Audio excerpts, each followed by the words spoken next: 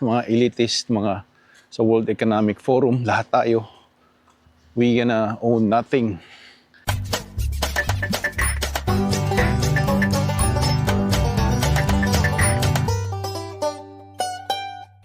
Yeah, boy. Minsan napupuno to eh. Dito, underground. Maliwanag pa rito eh. Dito sa likod yung park. Tayo sa park. May na rin, electric vehicle charger.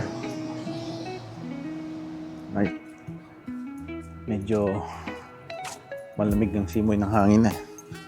Pero maglakad tayo. Dito tayo. Sa mga docks. Ingat ka dito, maglakad-lakad, Magkalat yung nila, kayamanan. Sila. The wooden bridge.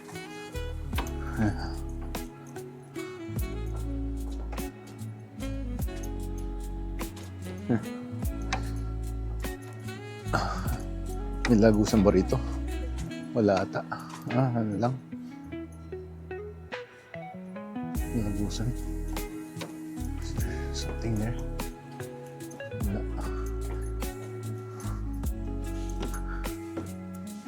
Okay. Yung. Walang pag-usapan yung anong nangyayari sa mundo ngayon, Yung laging may gera sa Iran, Israel versus Iran versus Israel. Tapos itong US ni-strike yung mga nuclear facilities ng Iran. So yeah, they're trying to sell they're making the world safe pagka nagkaroon ng nuclear things yung Iran. But sino ba nag-instigate nung I guess may mga campaign sila na they're trying to kill Trump, right? So it's just a matter of revenge, I guess.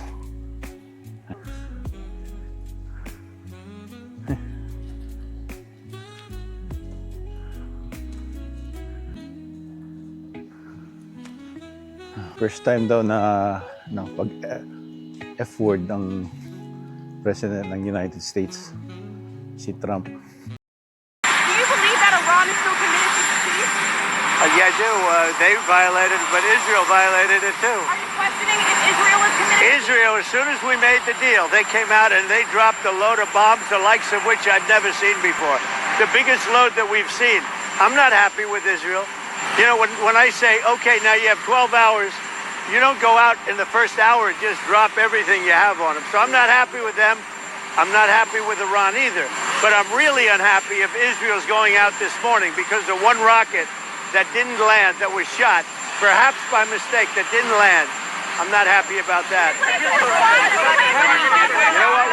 We basically have two countries that have been fighting so long and so hard that they don't know what the fuck they're doing. Do you understand that? So, in other words, parang si Duterte rin si Trump eh.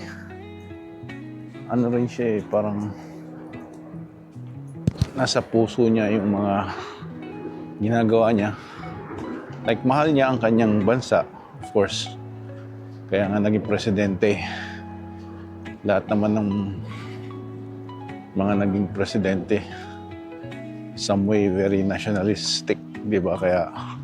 Kaya nga sila nanalo. Yan. Dahil nakikita ng mga bumoto sa kanila na sila magiging savior, kumbaga, right, sa kanilang bansa. So hindi ko masisisi si Trump sa mga adhikain niya at saka mga ginagawa niya para sa bayan niya. But Iran, they've been there since, like, they were Persia before, right? And they're an old civilization, I guess, group of people. So, I guess yung Iraq na-abolish or na-destroy ng US and they're trying to destroy Iran now, right? Wala tayong nakitang mga bombing ngayon. Tatago ata. So, balik tayo dito sa Canada. Ang hindi ko maintindihan, merong clip na si Carney, nagsasabi na tama lang yung response ng Iran na inatake yung US base sa Qatar. May mga Canadian soldier dun eh. I would lean towards President Trump's interpretation of it. The military action was also a diplomatic move by Iran. It was, we never welcome, obviously, hostilities and reactions, but it was proportionate. It was de-escalatory. It appears to have been previewed, which allowed, and they're Canadian soldiers at the Qatari base as well. Did you get them out of harm's way? They were out of harm's way, yes. For, I don't know why he's saying, Mark Carney, na it's for the sake of the Canadians. Parang ganun eh. May lalagay ko yung link, may agenda.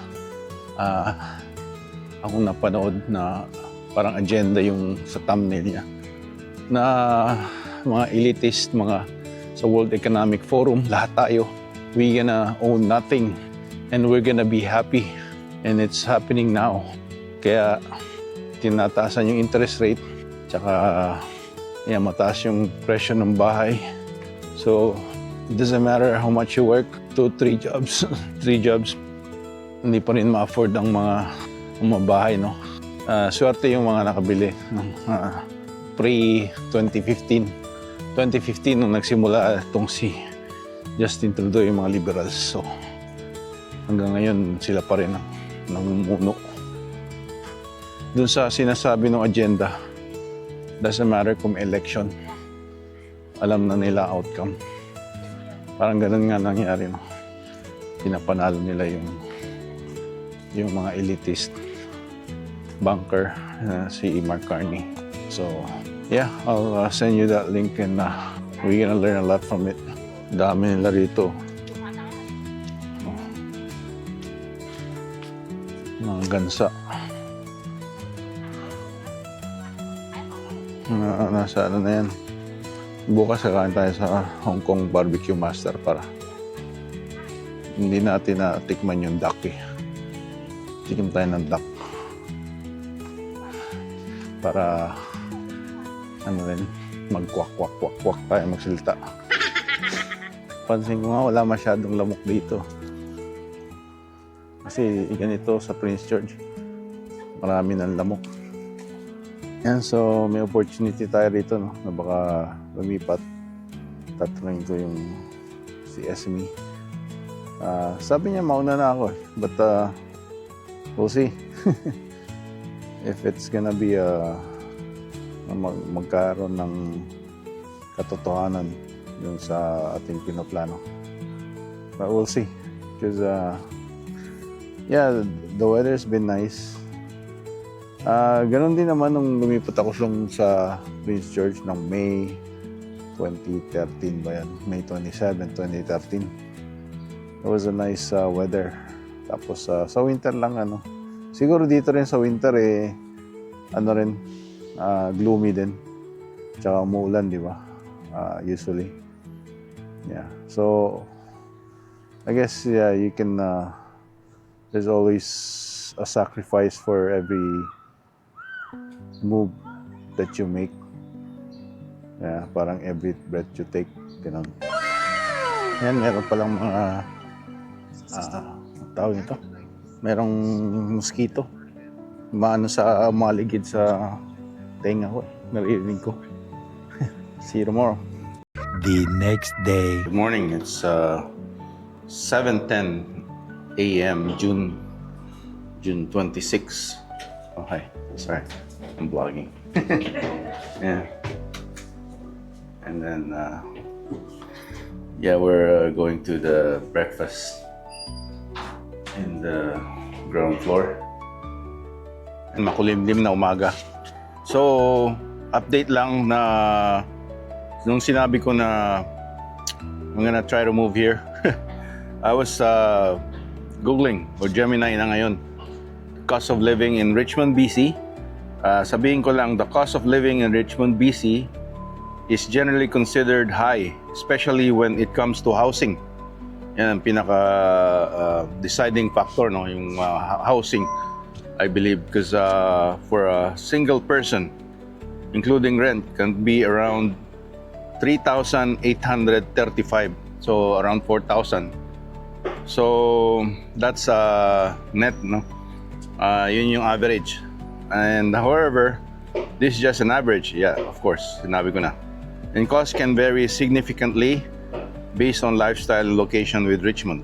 And breakdown of cost. Yung rent, the average monthly cost of rental housing is 1,975. Well, the average cost of owned housing is 2,504.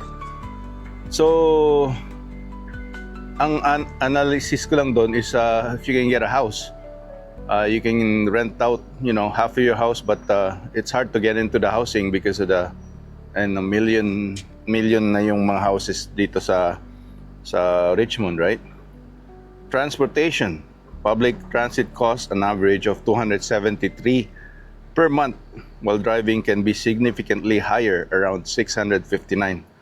Gas, well, that's why probably because some people here are going electric, but that's another story with WEF or net zero carbon, right? Sinasabi ko, may frequency ang battery. It's part of the population. It's trying to cook your things inside. I don't know, yung mga sperm count is for the boys, right?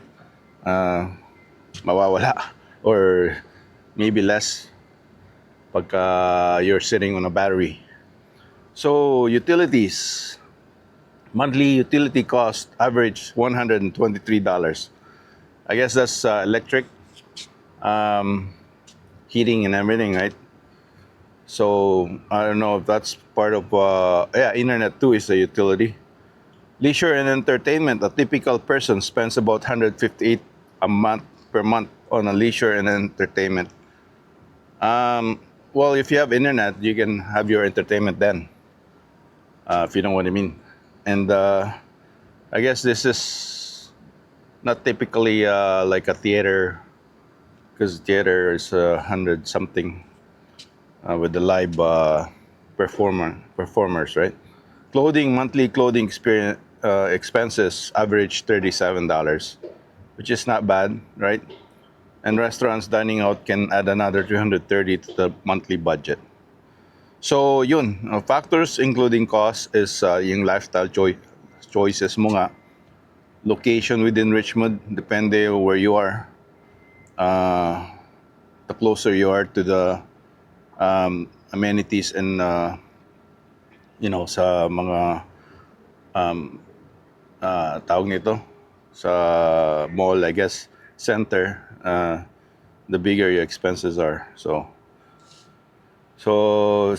the average household income in Richmond is $100,500, but this varies by neighborhood. So household income means family income for two, I guess, say. Or this can be one, depending on what type of job you're doing. So housing type, homeowners generally have higher monthly costs than renters due to mortgage payments and property tax. So owning a house here is very high. Even in North BC, it's getting high because of the interest rate. Yung mga property taxes going up. Yeah, since compared to 10 years ago, no. So the salary average in Richmond is $46,640, but this can vary significantly based on experience and job title. Yun nga, no, it's not yung housing and salary is not really going synchronizing, right? Taxes, income taxes, and other taxes can impact your take-home pay. So, cost of living in BC. British Columbia is known for having high cost of living compared to other parts of Canada. Ayun lang. Dito tayo mag-lunch sa 4:37. Yep. Lunchtime, 11:30. 41 na nga eh. Ang gandang klase na to. Parang robot.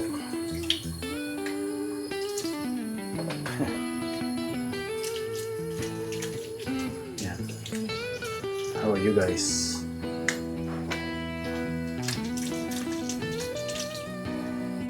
Okay. Dito tayo sa pho. Special menu. Sa info nila.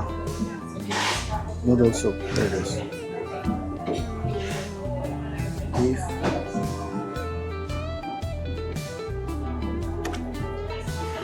Okay. We'll take the pho. Seafood noodle soup. That's it. Yan, may music tayo dito na relaxing. Tea. Sarap. Seafood noodle soup yung order natin.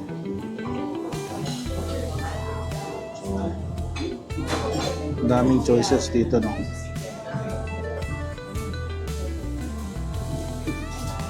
Okay. Bawat ano meron na dito. Dito sa Prince Church, wala masyadong ganyan. Kulang ng vegetation. Mga bayan, kain tayo. Seafood noodle soup. Meron ito.